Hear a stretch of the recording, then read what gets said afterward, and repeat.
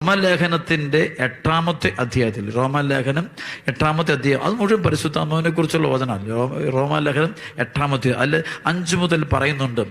ശരിക്കും 4 മുതൽ വായിക്കും. 4 മുതൽ 17 വരെയുള്ള വചനം നമ്മൾ വായിച്ചാൽ അത് മുഴുവൻ കിട്ടുകയുള്ളേ.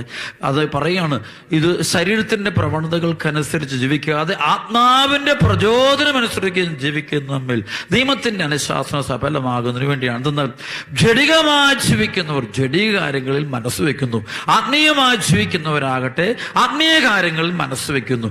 ജഡിക അഭിലാഷങ്ങൾ മരണത്തിലേക്ക് നയിക്കുന്നു, ആത്മീയ അഭിലാഷങ്ങൾ ജീവനിലേക്ക് സമാധാനം. ശരിക്കും എന്തിനാണ് ലോകത്തിന് ദൈവം ഇന്ന് സഹനം കൊടുക്കുന്നു? വലിയ നമ്മളിതൊന്നും ദൈവം അറിയാതെ ഒന്നും സംഭവിക്കും. ലോകത്ത് യുദ്ധങ്ങളാകാം, തകർച്ചകളാകാം, രോഗങ്ങളാകാം, പീഡനങ്ങളാകാം.